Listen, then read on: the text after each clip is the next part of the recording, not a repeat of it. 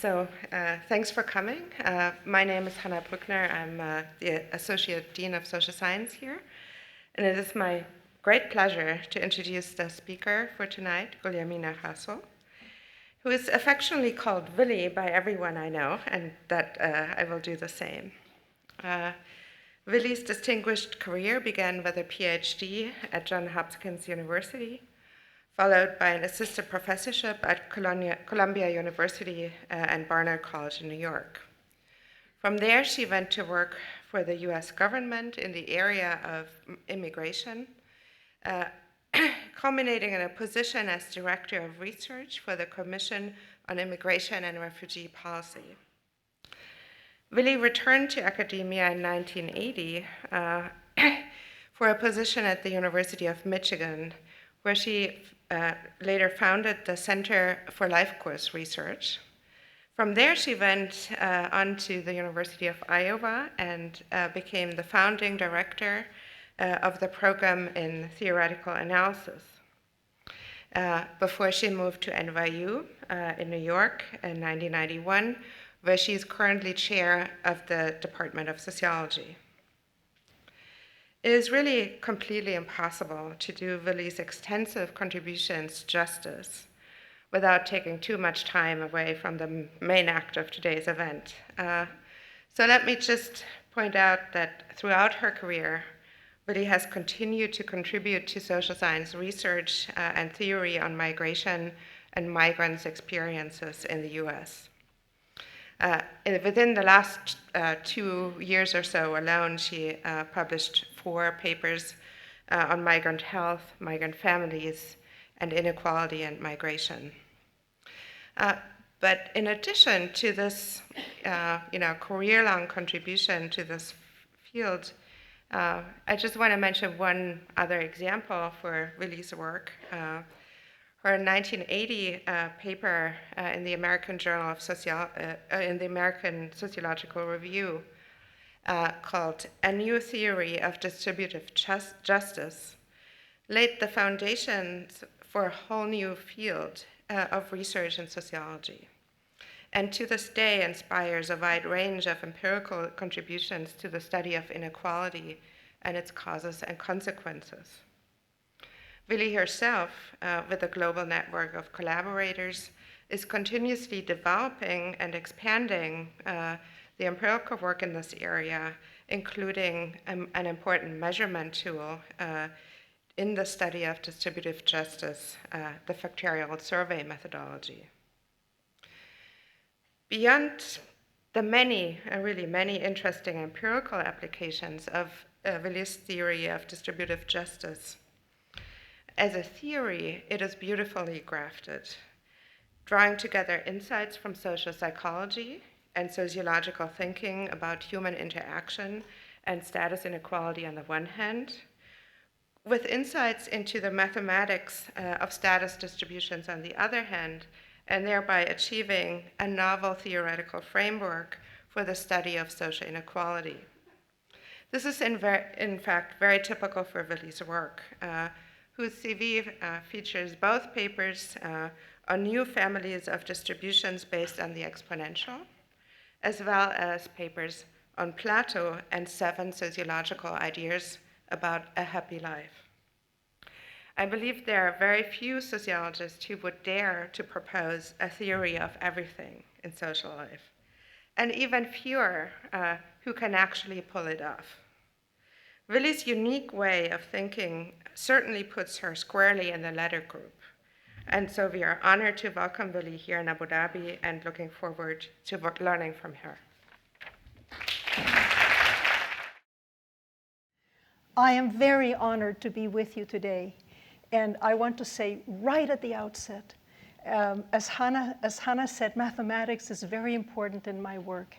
And you can't come to this part of the world without remembering and paying tribute to the foundations of mathematics that were laid right on this area, in this area. I use a lot of algebra, for example, and that is algebra. And I use 0 in my work, terribly important number. 0 represents the point of perfect justice in my work.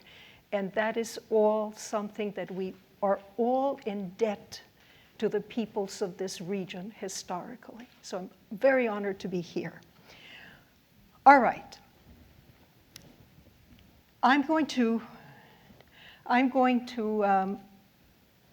highlight a few things from the work that I've been doing, but I brought a lot of slides.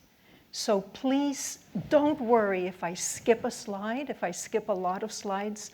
The idea is that it's all a seamless whole, but we don't have time to go over everything. So I'll pick out the things that are really important. Now, if you remember nothing else from tonight, the one thing I hope you take with you is the idea that it will be possible someday to have a theory of everything in the world of human behavior. The little scratchings that I will show you are an effort in that direction. But the point is, whether this effort is successful or not, the underlying structure is successful, and that is the idea that it is possible to do it, and that all you need are first principles and tools for deducing observable, testable predictions from those first principles. And that's the key idea that I would like you to take away from this talk. I'm going to be working mainly on the theoretical part. This is like a map that you see here, a map of everything that we do in social science. Theoretical work, empirical work, building frameworks, identifying actors and relations and functions, etc. But today, I'm only going to be working in the upper left-hand corner, okay? I'm going to be talking about a deductive theory that has postulates and that has predictions.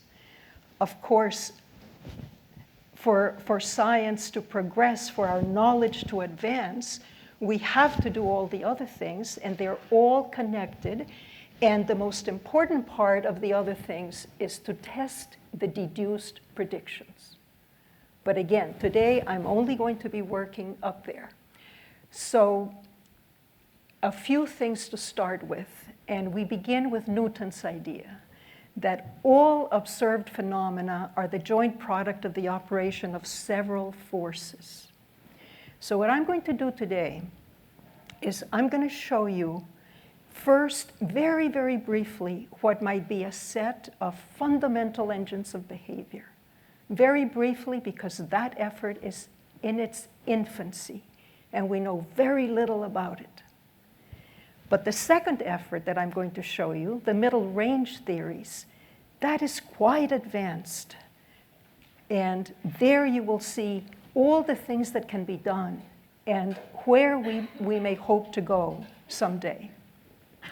So, my talk will have three parts.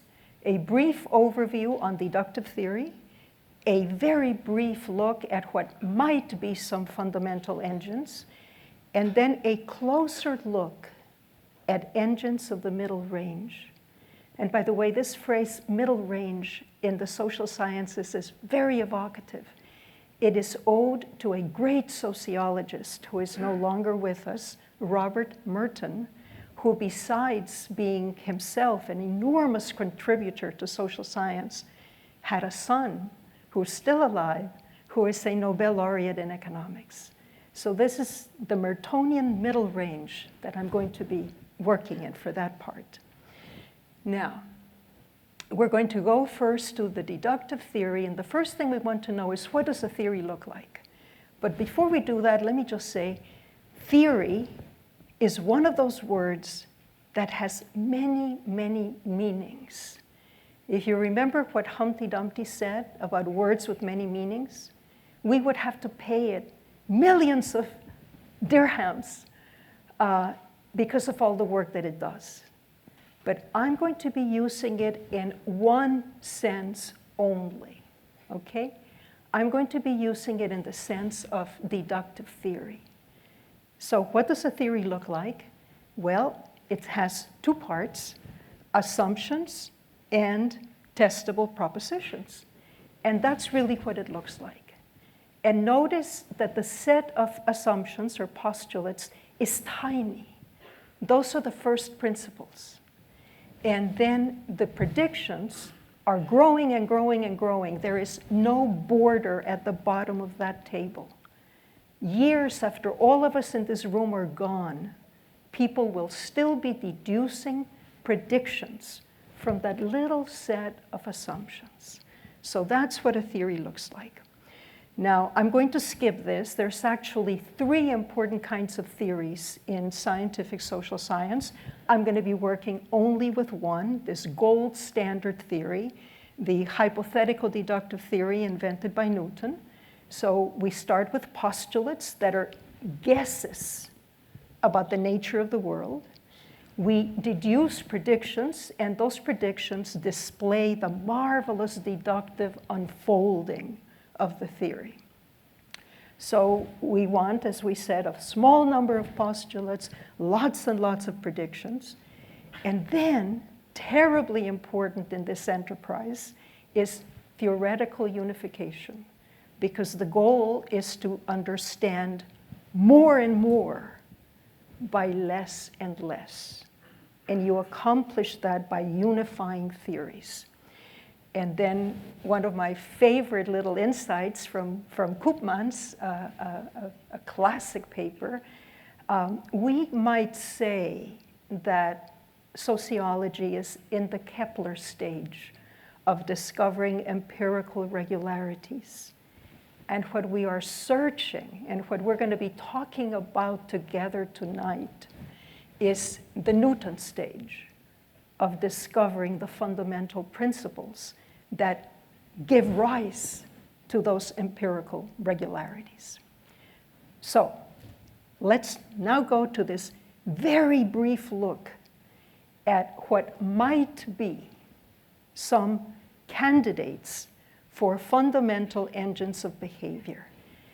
And I've proposed these 4: to know the causes of things, to judge the goodness of things, to be perfect, and to be free. Now, these recur in all of recorded history, and especially in philosophy, theology, and literature. There's a lot of these 4 things in the discourse between humans and deities in our literature, for example. And then on this slide, I collected some of my favorite sayings and writings about these from Virgil. Happy the person who searches out the causes of things. From Genesis, to know what is good and what is bad is to be like gods. That's that judging the goodness of things. From Aquinas, humans seek their own perfection. And who can forget Epictetus? Born a slave, finally obtained his freedom after the death of Nero. And he defined freedom as to live as we wish, and said this is something fundamental that humans aspire to. So these are some candidates for what I think might be fundamental engines of behavior. Now, if we take that idea seriously, then when each one of these is operating, it leads to a distinctive kind of society. And so here I've listed what these kinds of societies might be. A science society where there's a real interest on the part of all the population to understand the causes of things. To judge the goodness of things, that's philosophy. And a philosophy society does that all the time. Perfection society, when people seek their own perfection.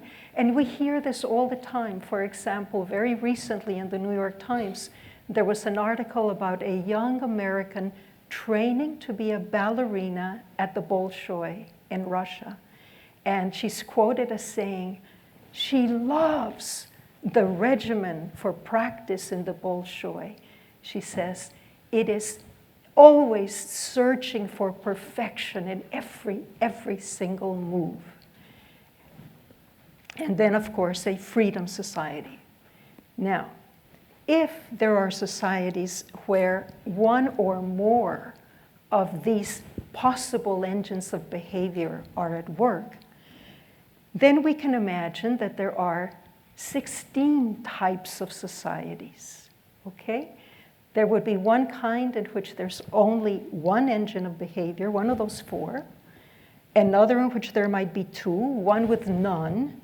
And if you look at these numbers, then think back to what you studied in school in arithmetic, or maybe high school. What you see here, 1, 4, 6, 4, 1, that's Pascal's triangle. And it's 2 to the n. If you start out with 4 fundamental engines, you can have 16 different types of societies. Now, this is in its infancy. I've used only words. I haven't presented you any specification of how these things might operate. There are no predictions. And so we're going to go right on to look at the middle range engines. But I want you to think, I want you to be thinking in the back of your head, might there be some way that those specific candidates for fundamental engines of behavior might be generating the middle range engines of behavior? Let's now go to those engines of the middle range. I'm going to propose to you that there are 3 engines of the middle range. The first one is what is increasingly called reference-dependent processes. Here I'm using older terminology, comparison processes. The 2 most celebrated cases of comparison processes are justice, and you're going to be hearing a lot about justice, and self-esteem. So if you ever studied William James, then everything that I'm going to be saying is going to be echoing what William James said about self-esteem. My own work has been mostly on justice, and so I'm going to develop it as justice. But it's a large class of processes. The second middle range engine of behavior, status, that I'm going to be talking about. And the third, power.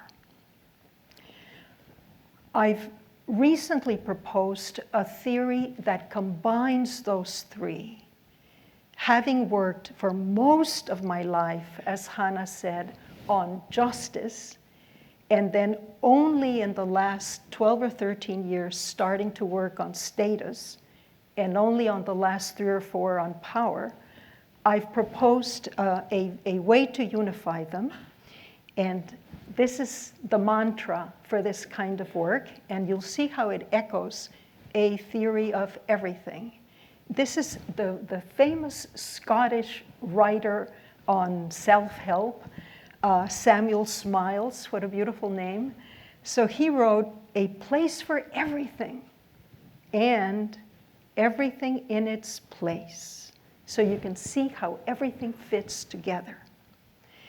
Now, this new unified theory, I'm going to use the abbreviation, the acronym NUT, N-U-T. And so you may think of it as it's been a very tough nut to crack, but we're going to do our best. So this new unified theory is founded on classical insights. And as you look at the slide, the main thing to take away from it is that there's this theme in philosophy that all people search for happiness. And then Plato and Aristotle telling us that the specific ways that people choose to search for happiness generate distinctive types of societies. And Plato thought there might be 5. Okay? 5 ways of looking for happiness, and therefore 5 types of societies.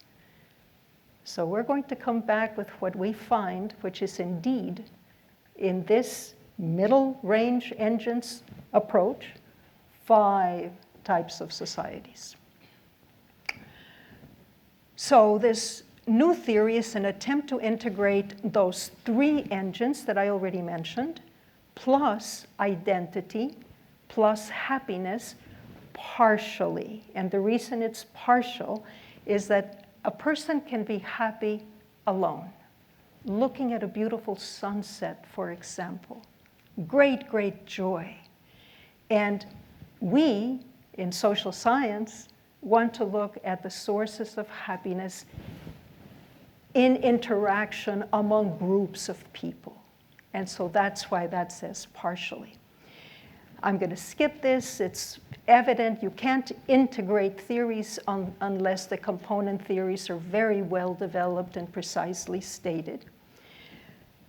Now, when you look at these theories side by side, justice, used as shorthand for comparison processes, status and power, when you look at them side by side, what you notice is that each of these processes generates an identity, and that this identity is a bundle of 3 elements. One of the elements is whether the person is motivated by justice or status or power. That PSO stands for Primordial sociobehavioral outcome, just a fancy way of saying these are things that everyone wants: status, power, self-esteem. And let's introduce 2 other insights. These are well-known insights from social science, that a person is a collection of identities, and a society is a collection of persons.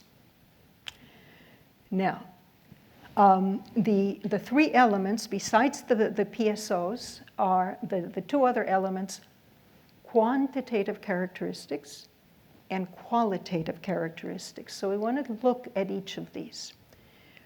Quantitative characteristics are things of which there can be more or less, or in which a person can rank higher or lower. They can be cardinal, like wealth, land, animals. In prehistoric times, how many animals do you have? Or they can be ordinal, like beauty, intelligence, and skills of all kinds, athletic, musical, etc. All right? So personal quantitative characteristics, one of the 3 elements in an identity. And we're going to talk about goods and bads for quantitative characteristics. A thing is a good always in the eyes of an observer if more is preferred to less, and a bad if less is preferred to more. The qualitative characteristics are the things that have no natural ordering. So they're things like sex, race, ethnicity, language, nativity, citizenship, religion. Okay? So again, those 3 elements, quantitative characteristics, qualitative characteristics, and the engine, combine to form an identity, and this is the basic template for the operation. The outcome, for example, status or self-esteem, is generated by a quantitative characteristic, for example, wealth or beauty, in groups formed by categories of qualitative characteristics, like race, nativity, language, etc. So that's the basic template. Now, all 3 PSOs, justice, status, and power, are generated by quantitative characteristics. We can say beauty generates status. We can say beauty generates power. We can say Beauty generates self-esteem. So the natural question that arises is, what's the difference? What's the difference between self-esteem and status and power? If all three kinds of primordial sociobehavioral outcomes are generated by the same quantitative characteristic, what's the difference? And so here is one of the key ideas of the new unified theory. And this key idea is that in nature, there are three possible rates of change. So, status, for example, increases at an increasing rate with beauty. Self-esteem increases at a decreasing rate. And let's look a little bit about what these graphs look like. This is an example of any outcome increasing at a decreasing rate. You see that? It's increasing, but at a decreasing rate. This is an example of an outcome increasing at an increasing rate. And finally, this is an example of an outcome increasing at a constant rate. So, we have three primordial sociobehavioral outcomes: justice, status, and power. We have three rates of change. Isn't it possible that what distinguishes those PSOs is that each has a distinctive rate of change? And in fact, the new unified theory says yes. And in fact, everything in the theory of comparison processes says that these outcomes, like self-esteem, the justice evaluation, increase at a decreasing rate. In the study of status, status increases at an increasing rate. And there has been no work on the rate of change of power.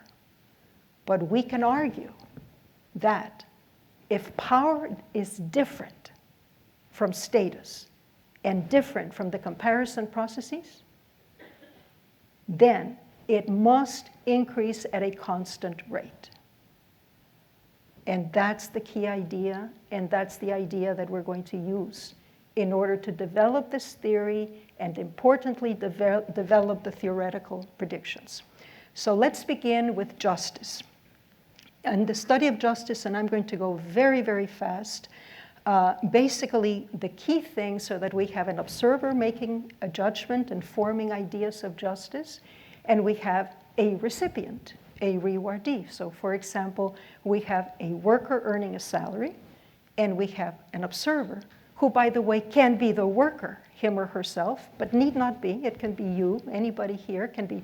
You make judgments all the time, for example, about the salaries of athletes and the salaries of CEOs.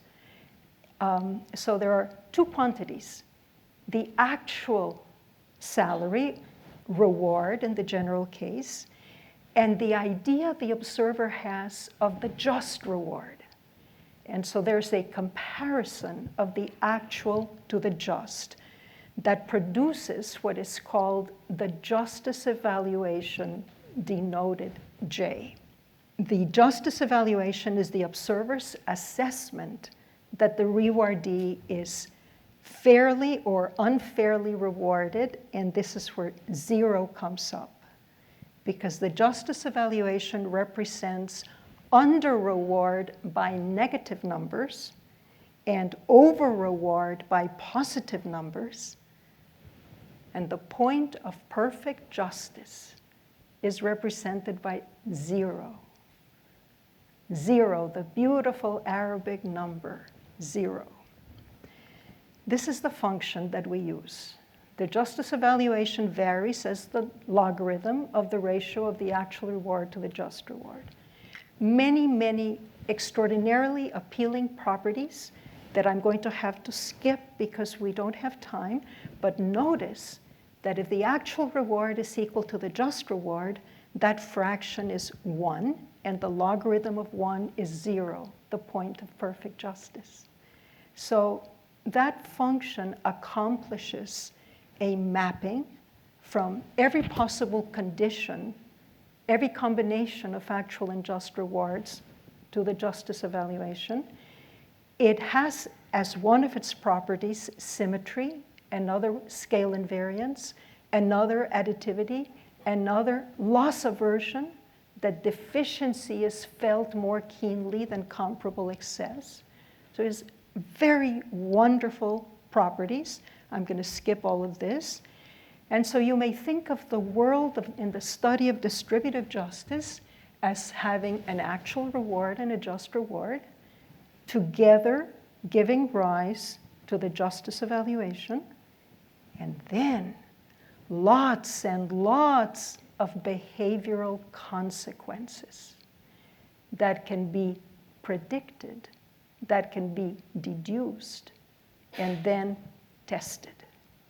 Now remember, in this Newton world, it's the tests of the predictions that shed light on the validity of the starting assumption, that shed light on the validity of that justice evaluation function that you saw. So those tests of predictions that we're not going to talk about today, but those tests are critically important. Today we're going to be focusing on building the theory. Testing will come later. There's 4 techniques for deducing predictions, and I don't have time to tell you how each works. One of them depends on derivatives, differential calculus. Another one depends on integral calculus, and in particular, probability distributions. Another depends on matrices. And another is just looking hard at what's happening to all the points on those graphs, okay? But we don't have time to go into that. What I am going to do is to give you a flavor for what these predictions are. I'm going to go through some of the predictions of justice theory. So on this slide, we start with one that says that a thief gains more from theft when stealing from a fellow group member than when stealing from an outsider.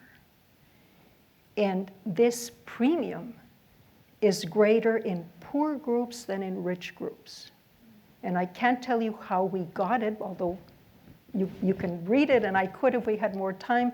All it takes is a number of simple little algebraic restatements and obtaining some derivatives from that justice evaluation function that you saw, and you get that prediction. Another prediction, this is one of my favorites, that parents who have 2 or more children and their children don't all have the same birthday will spend more of their toy budget at an annual gift-giving occasion rather than at the children's birthdays. And of course, the intuition is that children tend to become very unhappy if a sibling gets a present and they don't. And parents want their children to be happy. And so one of the things, this, by the way, is eminently testable. And we know already that, for example, in the United States, toy sales really spike in the 4th quarter. Okay? People are spending more. What in the United States is the Christmas break. And the prediction is that whatever that annual gift-giving occasion may be, okay? Any time of year, any holiday on which gifts are given to children, at that holiday, parents will spend more of their toy budget than at the children's birthdays, right? That's the prediction. One more prediction from this slide. Veterans of wars fought away from home are more vulnerable to post-traumatic stress than veterans of wars fought on home soil. And again, it's very easy to derive this prediction. And again, it's testable. I'm going to skip all or most of the other predictions because we don't have time to look at all of them. But the idea, I want you to get a flavor for the fact that A, there's an abundance of predictions. B, that they span a lot of topical domains. That's this everything in a theory of everything. And 3, C, that they include novel predictions. And novel predictions is the hallmark of a scientific theory. So a thing's value changes when the receiver and the giver are in different groups. The same gift, okay? That's important. The same can be said for bequests, by the way, which is very interesting. There are predictions for conversation. There will be less courtesy in urban settings. And there's reasons rooted in the theory of distributive justice. And this prediction, again, can be rigorously deduced. There's predictions related to war. That in wartime, the favorite leisure time activity of soldiers is playing games of chance, not skill, chance. And again, there's a reason. It has to do with obliterating hierarchies, which can be deadly when you're facing actual death. Here's another one that I love. In epochs when husbands predecease their wives, fathers are mourned more than mothers. Now, one reason I like that very much is that to test it, it's going to take an army of really clever people reading tombstones, reading diaries, reading journals, examining the literature on honoring one's parents. And then one may, this is testable, may discern this predicted tendency in grieving for the death of parents. Now, the theory, besides producing testable predictions, also produces some fundamental constants. So, for example, it yields this idea that there is a critical inequality level that occurs when a particular measure of inequality owed to the English economist Tony Atkinson, that when that measure equals 1 minus 2 over E, the wonderful number E, or approximately 0.264, there's going to be a shift between valuing ordinal things like beauty and skill and valuing cardinal things like wealth and land. And so this is an important idea that potentially can illuminate areas of behavior, and I'm going to come to a couple of those. So again, more on that same idea, and that leads to some interpretations of non-recurring events. Now, note, with testable predictions, you potentially have lots and lots of observations to use for testing. With non-recurring events, things may occur once, maybe twice. And so a theory that not only yields testable predictions, but also yields interpretations of those non-recurring events, and which embodies a connection between the predictions and the interpretations, is a strong theory.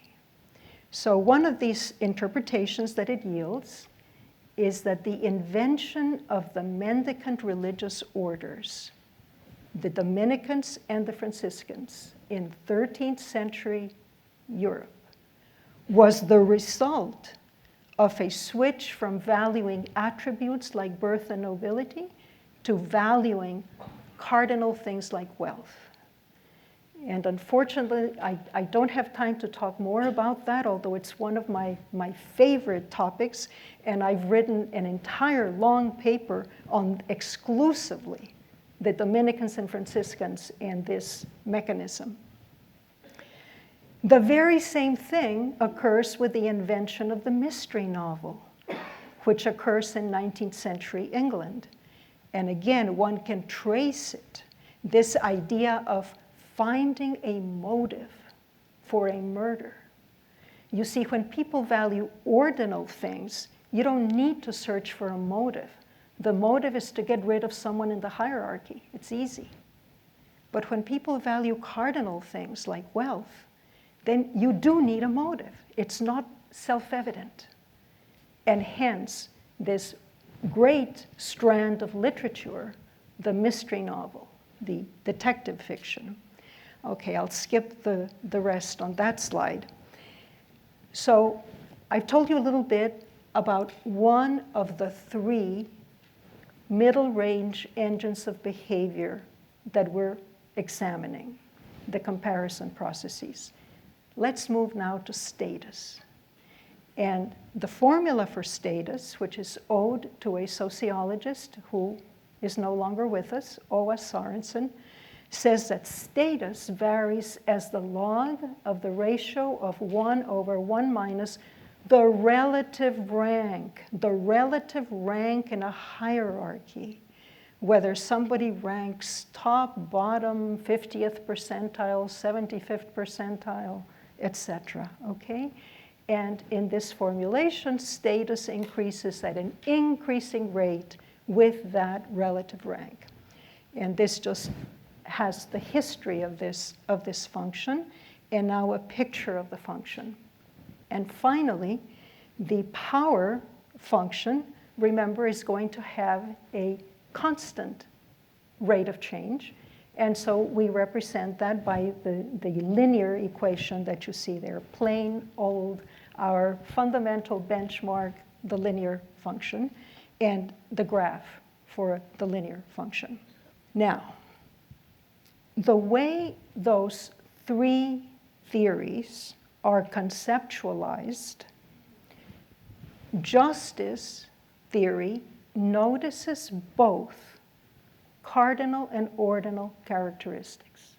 Status does not. Status notices either ordinal characteristics or the ordinal dimension of cardinal characteristics. So in this formulation of status, status does not notice wealth amounts. It does notice wealth rank, okay? Power notices both, like justice. So what do we have? We have 5 types of societies in this formulation of the 3 engines of the middle range. 5, remember, is what Plato thought he intuited. I don't think Plato was thinking about precisely this, but I think he would love the idea that it turned out to be 5. So here they are. These are the 5 types of societies in the new unified theory. We're using, and because I couldn't think of a better word, for cardinal characteristics, we're using the word materialistic. And for ordinal characteristics, the word non-materialistic. Those are not the best possible terms, but vocabulary hasn't settled yet. It may take decades to settle. And so let's just call them that. So you see the 5 types. Justice-materialistic, justice-nonmaterialistic, status, power-materialistic, and power-nonmaterialistic. Now, a few more things about the new unified theory before we use it. The theory yields 2 kinds of subgroups. And this is very important for predictions and for understanding human behavioral and social phenomena. First, the theory has what we call pre-existing subgroups. These are subgroups based on categories of the qualitative characteristics. Remember the qualitative characteristics like race, sex, religion, nativity? Okay, so there's pre-existing subgroups. There's men and women, there's blacks and whites, there's Catholics and Protestants, etc., etc. The theory also yields a different kind of subgroup, what we call emergent subgroups. And these emergent subgroups are generated by the operation of that basic force. So, for example, the operation of the justice engine yields three emergent groups. People who are under-rewarded, people who are over-rewarded, and people who are fairly rewarded. And there's other examples that I don't have time to go into, but you're going to see one more in just a few minutes. But you get the idea that these two different kinds of subgroups, and they're going to help us understand behavior in a rigorous and clear way. And it won't be a surprise that this theory has a very long reach to vast domains of behavior. And it yields some very, very interesting predictions, including novel predictions, and they are testable. All right, that's the key thing. And of course, it also yields interpretations, etc. And a new way to view things like culture. What is culture? Personality. What is personality? Profiling. So just to give you a couple of examples, in the new unified theory, personality is viewed as the personal configuration of PSO, quantitative characteristic, and qualitative characteristic. So a person who habitually thinks about self-esteem generated by knowledge of psychology, and that's William James, has a very different personality from a person who habitually thinks about status generated by heroism, Julius Caesar and Alexander the Great and many others. Okay? That's the personality. Those three elements are the lifeblood of the personality. And one can say the same thing about culture. What culture in this theory represents is the configuration in a society of the dominant PSOs, status or power or one of the comparison processes, the dominant quantitative characteristics. You go to a beach almost anywhere in the world, and beauty is the dominant characteristic. You go to a classroom almost anywhere in the world, intelligence is the dominant quantitative characteristic. You go to an athletic event, and anywhere in the world, the dominant characteristic will be athletic skill of one type or another. Okay, you go to concerts, you're looking for musical skill. So that's the culture of a society or population. And these are just some examples. You know, we talk about somebody being tennis obsessed, race conscious, etc. Those terms express that culture and personality that is arising from the particular combination of those three elements: the PSO, the quantitative characteristic, the qualitative characteristic. I'm going to skip this. This theory is parsimonious and fruitful, and this is a map. This is what the theory looks like. You have those three middle range engines of behavior yielding predictions for all domains of behavior.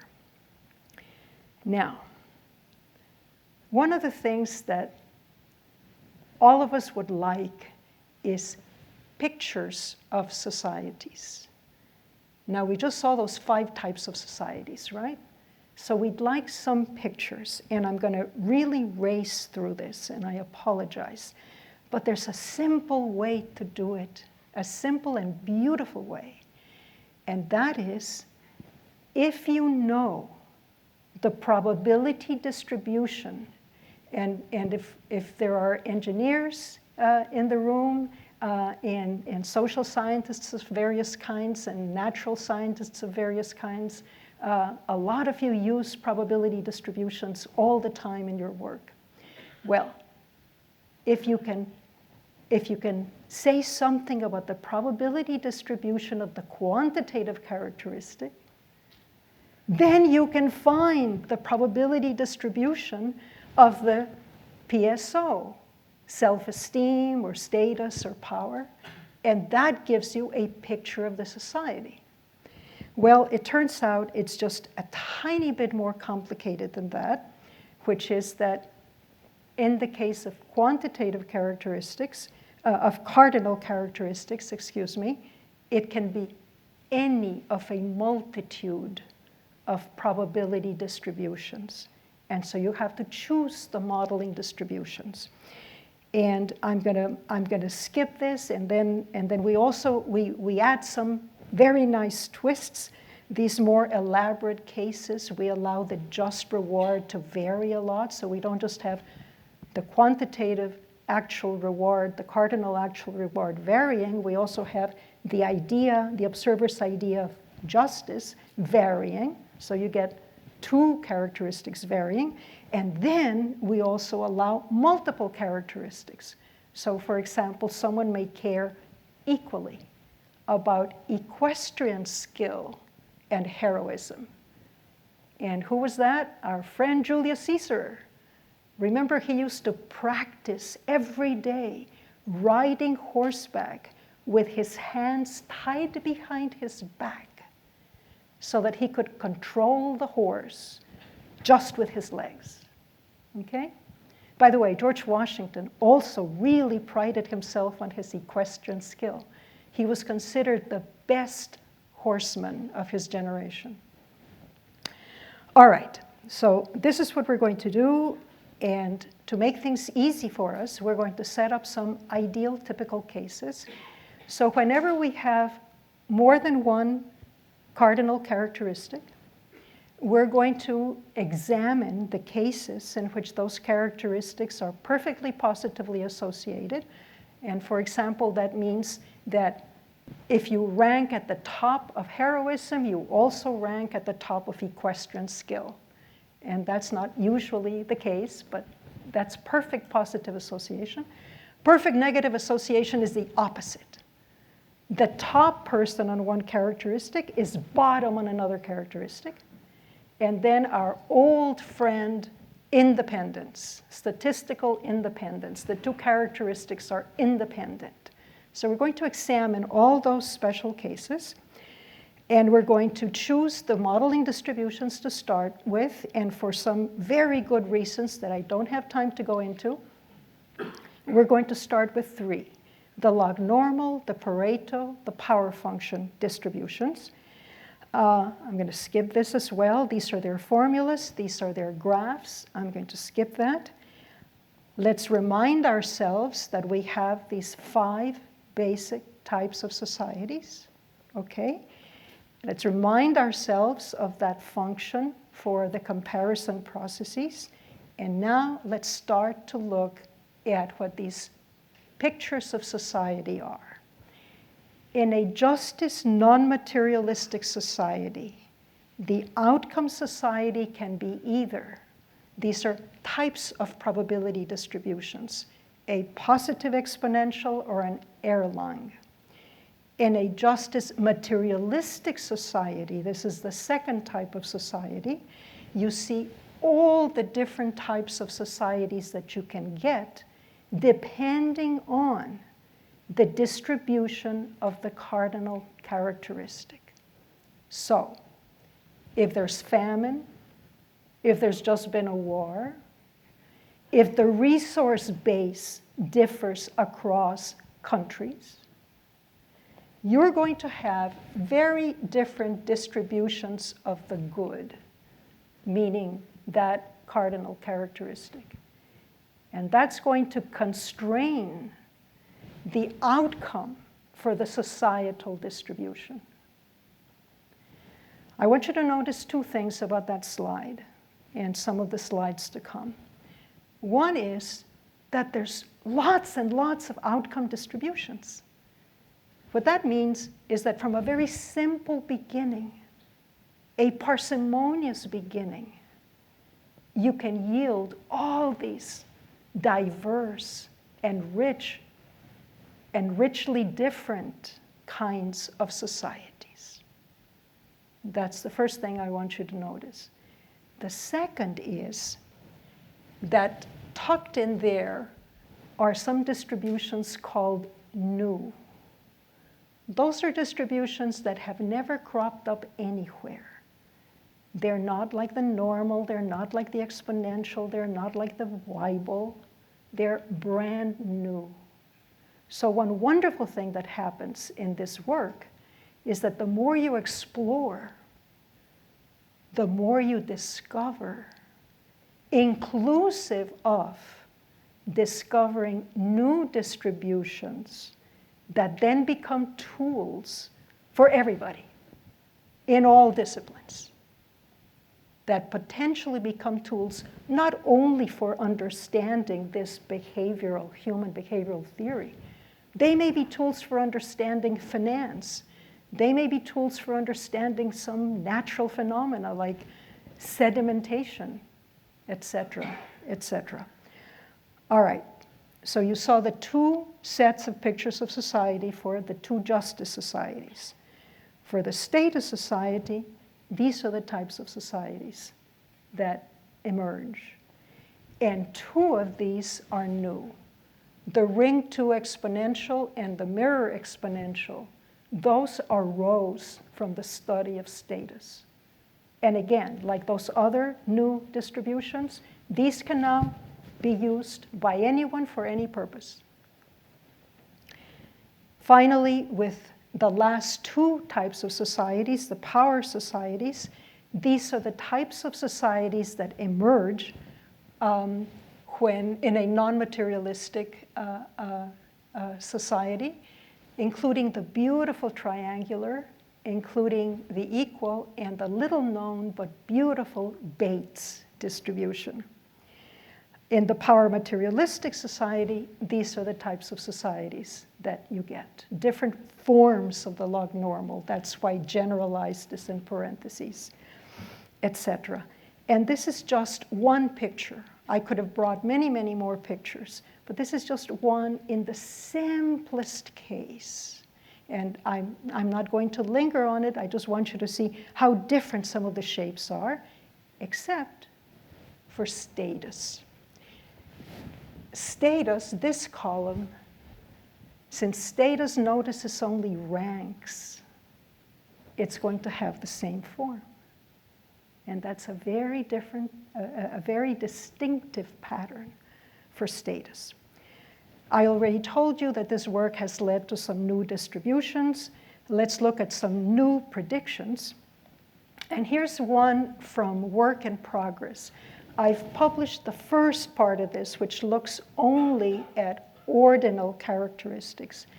But the question that motivated understanding this was, why is it that sometimes in a coup, the person who is taken away from leadership is killed, whereas in others the person is allowed to go into exile or goes to prison, et cetera, et cetera. And it turns out that there are some very interesting predictions. Again, testable, okay? And they have not been tested, and it will take a lot of work to test them. But the predictions include who leads the coup.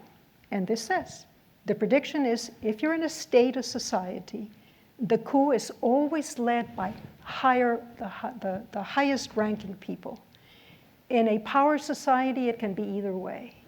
And in a justice society, it is never led by the highest ranking. In a justice society, it's always led by the bottom. All right, so it's very interesting. Coups are more prevalent in small states. In other words, there's an effect of the population size that you can work with a derivative to obtain. Now, if you enslave the leader, but keep the leader in the group, but as a slave, that always maximizes gain. All right? So then the question is, why would anybody kill the deposed leader? And in this framework and this model, the answer is, if you're in a justice society, as opposed to status or power, and you kill the deposed leader, the gains that everybody else reaps are equal. So this is an example of the desire for equality leading to killing of the deposed ruler. And you can see lots and lots of examples from history. As I said, this needs rigorous empirical testing, but that's the set of predictions. A prediction closer to home. In a lot of research, in particular in small group research, researchers want to know, if you have a group of individuals, students in a classroom, members of a social club, neighbors, do you feel closer to the person who ranks above you, or do you feel closer to the person who ranks below you?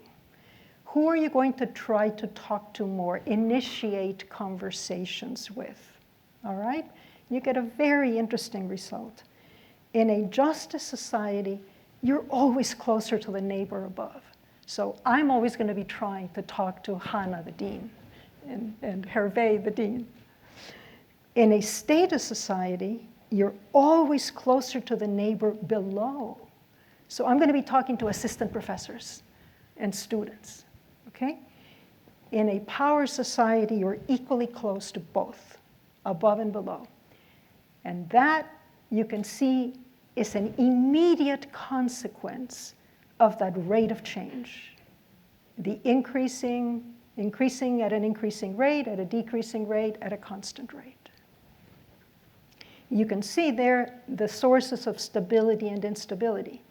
It's only in the power society that both parties are looking in the same direction. In the others, there's these cross purposes. Everybody either looking up or looking down. Multiple goods, very, very important role at this place. If you value both beauty and athletic skill, both equestrian skill and battlefield heroism, et cetera, then there's the potential for achieving equality and achieving it in a new way. I'm gonna skip over the rest of this, but you get the flavor of where this enterprise is going. Now, as you might expect, this also has a lot of predictions for happiness. And I'm going to skip most of them, except to say that happiness emerges as something quite complex and elaborate. And what this immediately means for social scientists is that if the empirical record is mixed, there's a reason for it. And the reason isn't that you had different samples. The reason isn't something about method. It's that depending on the type of society, depending on that configuration of PSO, whether it's justice, status, or power, depending on the quantitative characteristics chosen and the qualitative characteristics, you're going to get a different pattern of happiness. And so that's the contribution of this. Now, there's also predictions for marriage, and I'm going to skip all of them except one. If you look at the bottom bullet point, I'm going to highlight only one thing, and I'll tell you why in a minute. In societies where husbands earn more than their wives, divorce rates decrease with husbands' earnings inequality. There's 4 predictions there. I'm highlighting one. Why am I highlighting one? Because there's a recent piece of work that shows, it's not a test of this. In fact, the author had never heard of this theory before. But there's a recent piece of empirical research that shows that in Canada, as male wage inequality increases, divorce rates decrease. And that's exactly what this predicts. And here you see just an outline of these cases.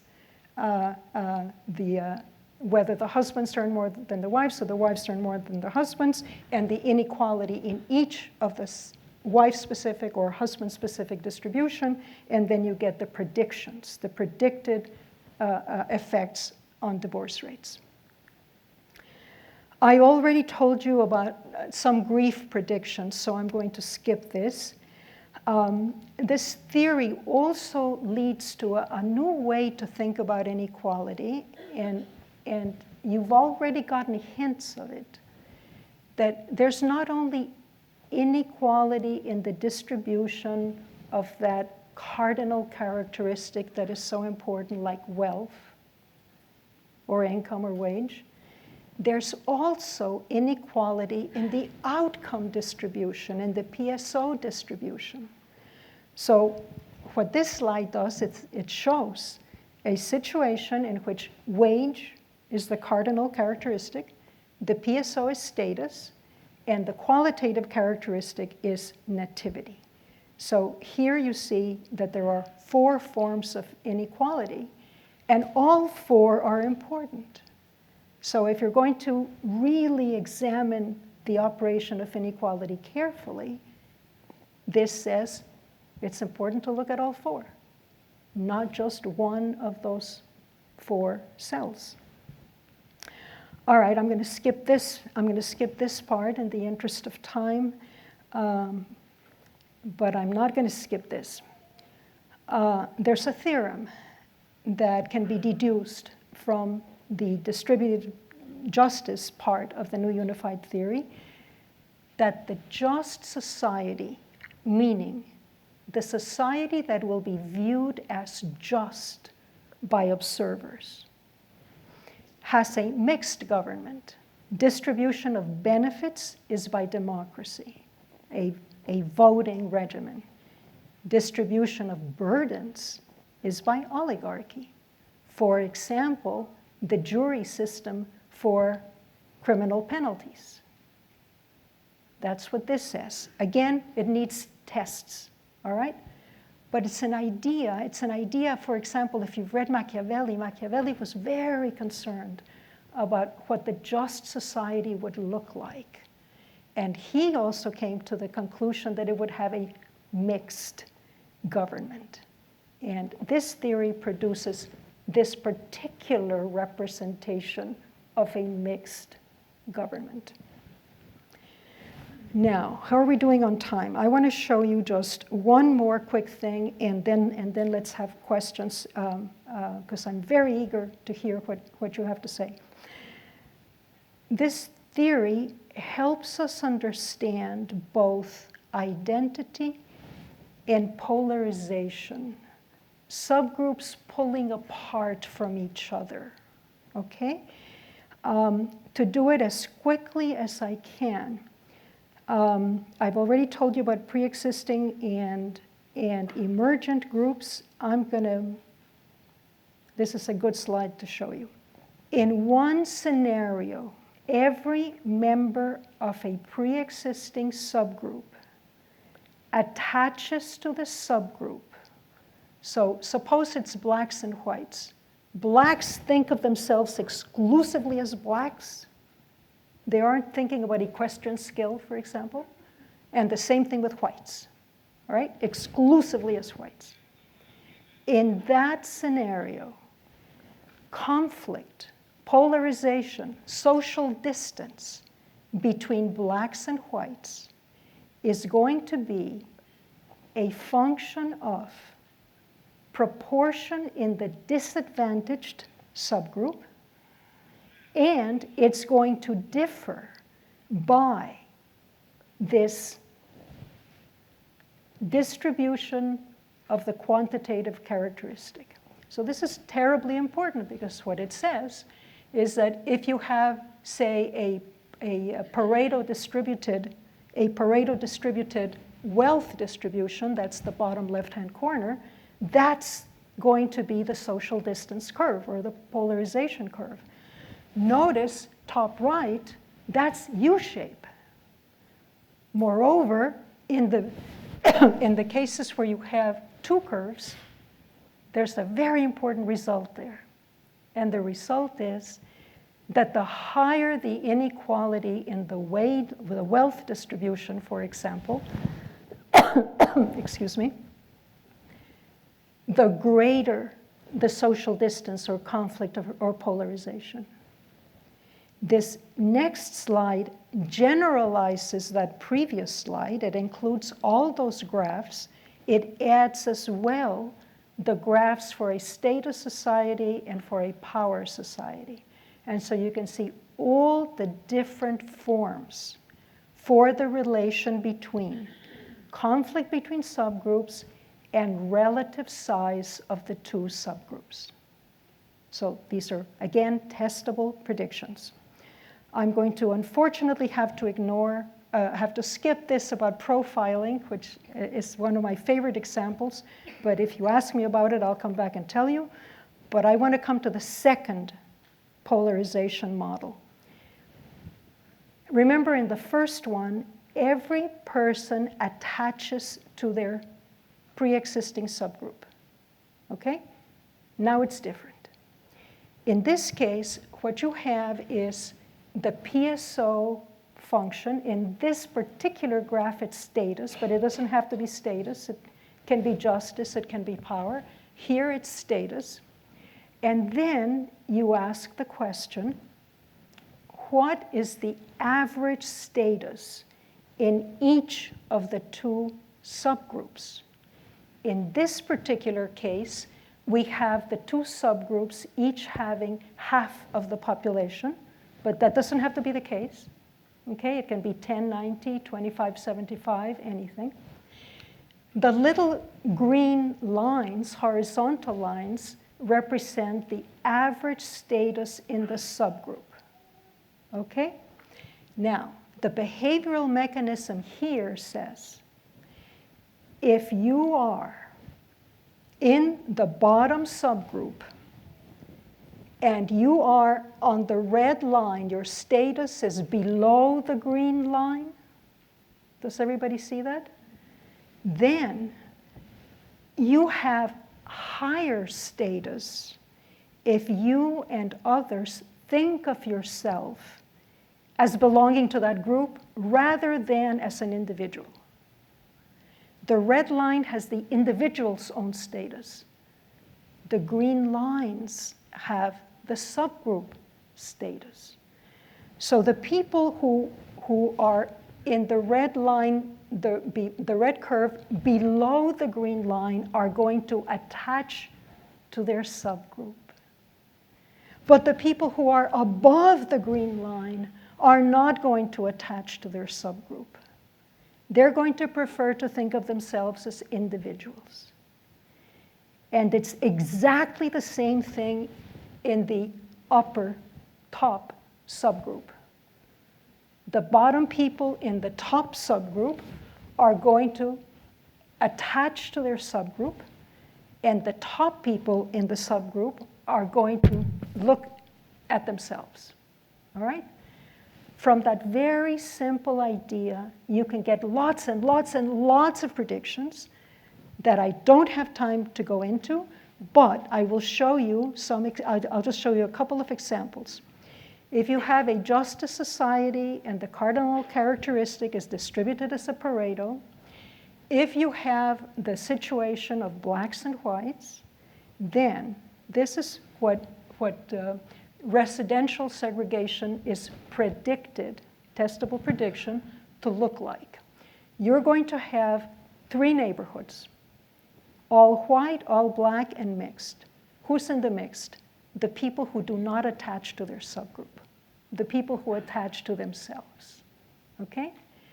And you can see how the proportion in each of these is going to vary by the proportion, the horizontal, in the bottom subgroup. And you can draw pictures like this for every possible configuration. It doesn't have to be justice Pareto. It can be justice log normal. It can be justice non-materialistic. It can be power non-materialistic. It can be status, but that's what it will look like. Here's another picture, and this is a case where the subgroups are immigrants and natives, just like blacks and whites, okay? Same general idea. And in this case, we're showing the proportion native and foreign-born in the mixed neighborhood in a justice Pareto society. So this is the companion to the graph that you just saw. And again, as a function of the proportion in the bottom subgroup. So, testable predictions, but the key idea here is that identity is playing a part, pre-existing subgroups are playing a part, and out come these predictions about the emergent subgroups. You started with 2 pre-existing subgroups, blacks and whites, for example, and you ended up with 3 emergent subgroups. Those that are all black, those that are all white, and those that are mixed. I have a slide with some preliminary evidence.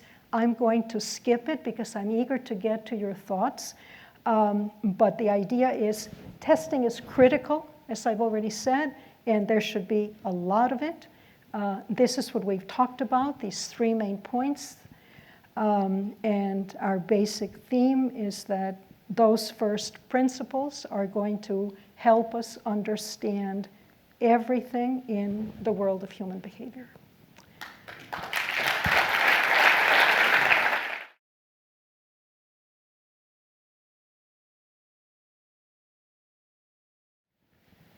Yeah, I just want to raise a couple of points. And first, I must plead my ignorance. I have 0 knowledge in mathematical sociology, and I know where you are coming from. But as a kind of common sense question, my question is, why do you privilege deductive theory as opposed to inductive theory? And the reason I'm asking this question, because while you are starting off with this deductive mode of reasoning, you are saying that there are 5 types of societies or 6 types of societies: justice-materialistic, status-materialistic, status-nonmaterialistic, etc., etc.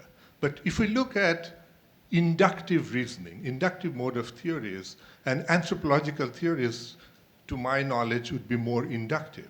So look at Louis Dumont. He goes to India and he said, look, this is a typical status-oriented society. So here is someone who is observing a real-life society, how it operates, and then he's making the judgment. But in your sort of quasi-mathematical formulations, which is supposed to be deductive, most of the examples that crept in your discussion, are drawn from American societies, and very ideal, typical examples. What if society is composed of different groups of people? Some pursue materialistic, some pursue status orientation, some pursue God knows what. Then how do we classify that using a methodology, a theoretical tool anchored in deductive reasoning? That's one question. And on the inductive side, if you look at plethora of data, whether it is Pew Research, whether it is Engelhardt, Pippa Norris research, they're telling us about the world as it exists, whether Indonesians love democracy, whether Pakistanis hate democracy. We have a resource. Why don't you use that resource as a starting point and then construct theories? How do you respond to that? Thank you. Thank you very, very much. How do I respond? Indeed.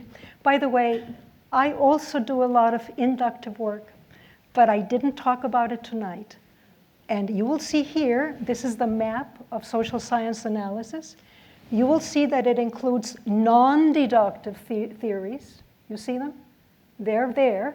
I just didn't talk about them. I said at the beginning that tonight I was going to focus on the deductive. Non-deductive is terribly important. I agree with you fully.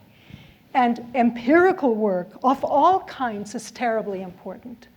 Not only the kind that I was alluding to tonight, testing deduced predictions, but also testing propositions that can come from anywhere, as well as measuring and estimating terms and relations, which, by the way, is what Engelhard does superbly.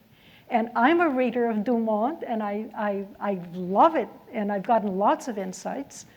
Now, having said that, let me say that some people who are smarter than I am, like Bertrand Russell, really believed that inductive work is really disguised deductive work. Okay? But that's a topic for a coffee house conversation, all right? Tonight, I wanted to show the promise and possibility of deduced work, of deductive theories. And I pride myself that this is in a line stretching to the Greeks, with Euclid terribly important, Newton as its guiding light. And so, what can I say? You're right, and I love that other kind of work, and I hope you and they love this kind of work. Hello. First of all, I would like to thank you very much for your presentation this evening. And I was having one question, probably like through the similar kind of area, mostly in terms of the cultural relativism that usually comes up as a sort of opposite to universal and the large scale sort of theories.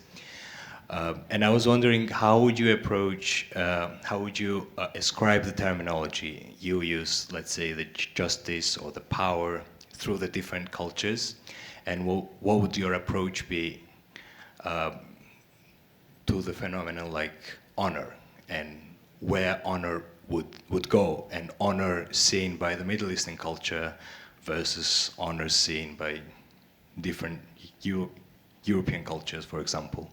And how would this work out in your theory? Thank you. Thank you very much.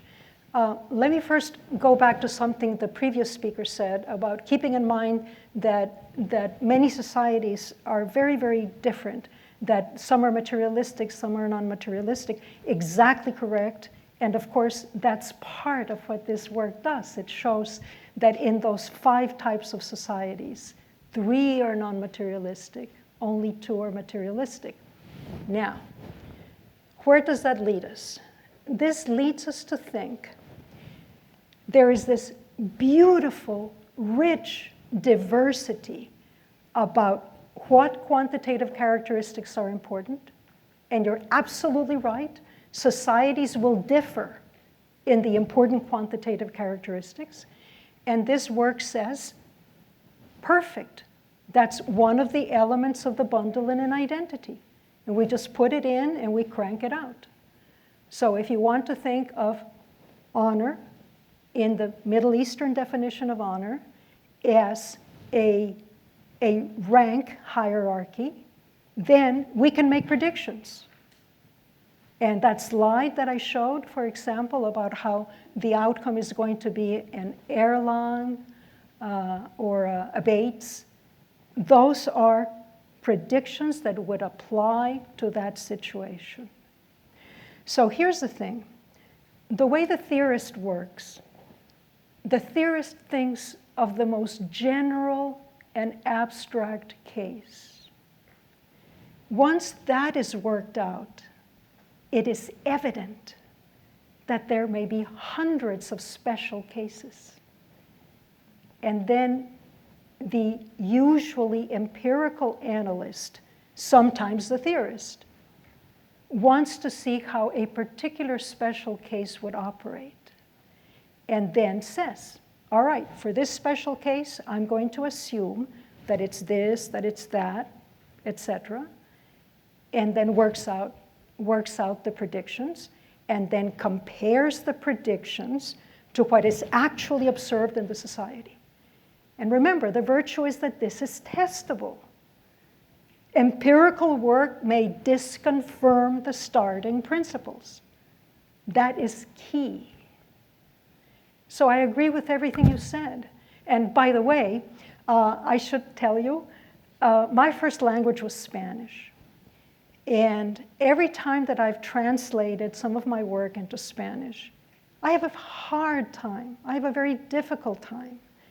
And what I end up using is cultural metaphors that are appropriate among Spanish-speaking people. Because you're right, some things don't translate very easily. And it's our job as scholars to make sure that we are not neglecting any of the important aspects of observable human behavior and social behavior. So I fully agree with you. Thank you. I think, like the first questioner, you slightly lost me on the mathematics, and I'd like to have some more time to really kind of engage with the graphs. So my question is actually about right at the beginning, the fundamental engines and the middle level engines. Is that the right term? The first set was the four fundamental, and then the second set was the middle range. Yeah, middle range, that's the right term. So for me, there was something missing there in both, I think. So the four fundamental engines were about knowing the causes, judging the good, being perfect, and being free. But I didn't see anything there that sort of postulates the idea of connectedness or relationship as being a fundamental engine. And my own sense and my own reading of philosophy and literature suggests that might be quite a strong driver.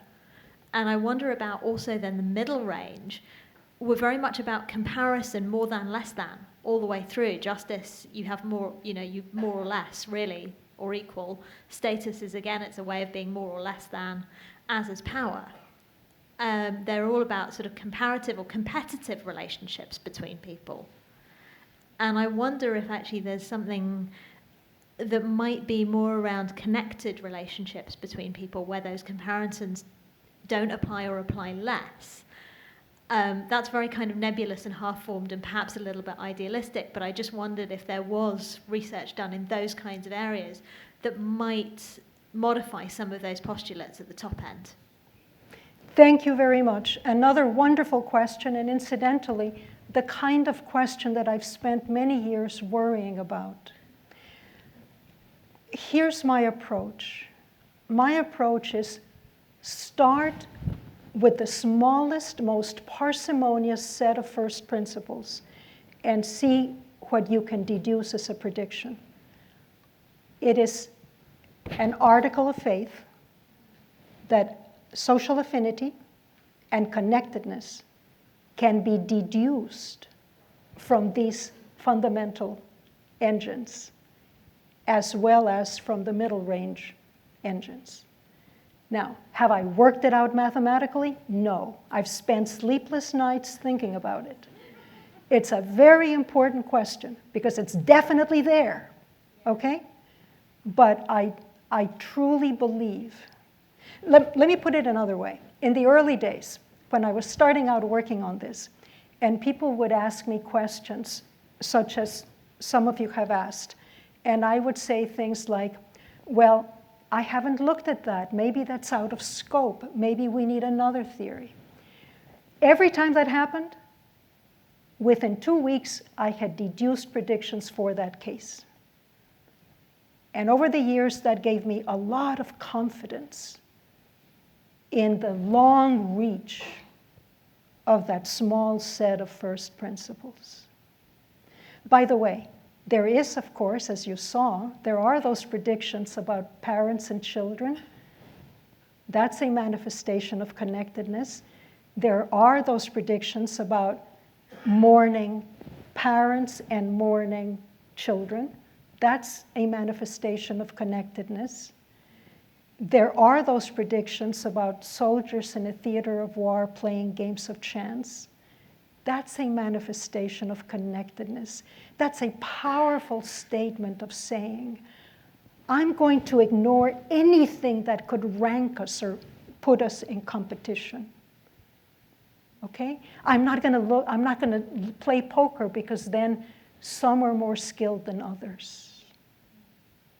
We're just going to play pure games of chance, is the prediction. And I think that is a manifestation of that deep desire for connectedness. So you're right.